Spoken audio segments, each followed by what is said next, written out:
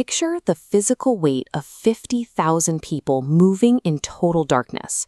The air is thick with sweat, bass vibrates through the concrete, and your ears ring from the sheer sensory assault of the sound system.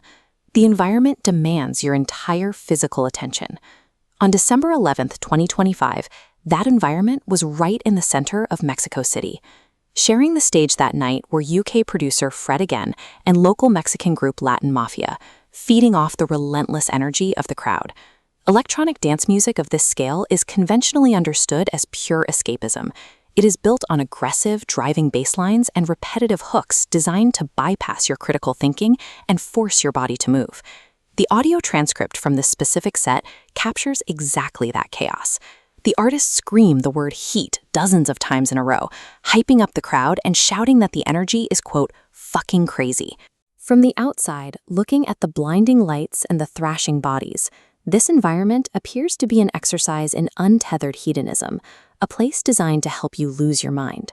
But take away the heavy bass line, mute the roaring crowd, kill the strobe lights, and look purely at the words the artists and the audience are singing to each other. Buried inside the transcript of that massive party are phrases of stark desperation. Don't leave me. I can't go home. I can't do it on my own. Right in the center of a high adrenaline rave, tens of thousands of people are collectively screaming lyrics of profound isolation and grief. It leads to a strange psychological question. Why does the most aggressive, chaotic noise in modern music serve as the perfect vehicle for processing our deepest human insecurities? Fred Again constructs these live sets to function as architectures of emotional release. He isn't looking for a passive party. He seeks a specific psychological state. When you look back at that heavy repetition in the transcript, the relentless chanting of heat, heat, heat, it serves a highly specific physiological purpose. This concept is rhythmic entrainment, a biological phenomenon where a heavy, repetitive beat forces individual heart rates and brain waves to naturally align.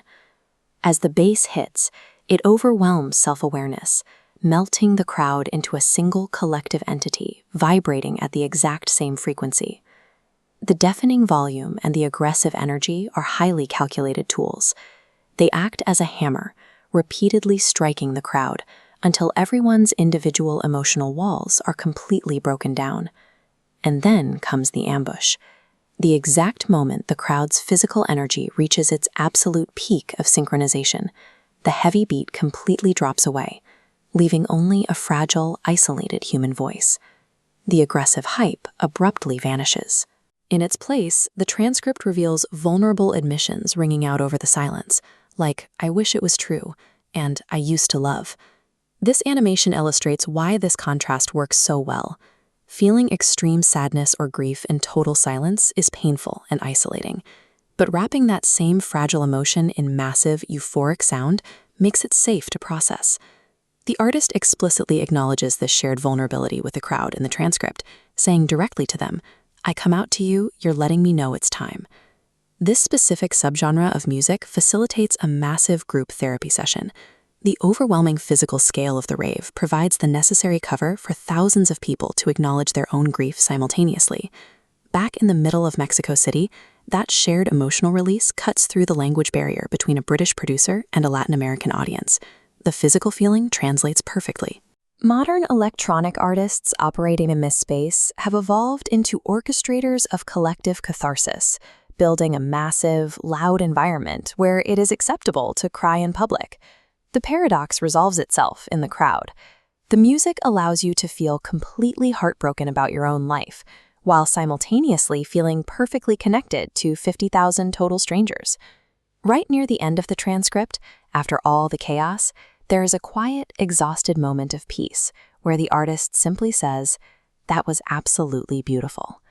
True musical escapism does not require running away from your heaviest feelings. Sometimes it just gives you the courage to dance with them.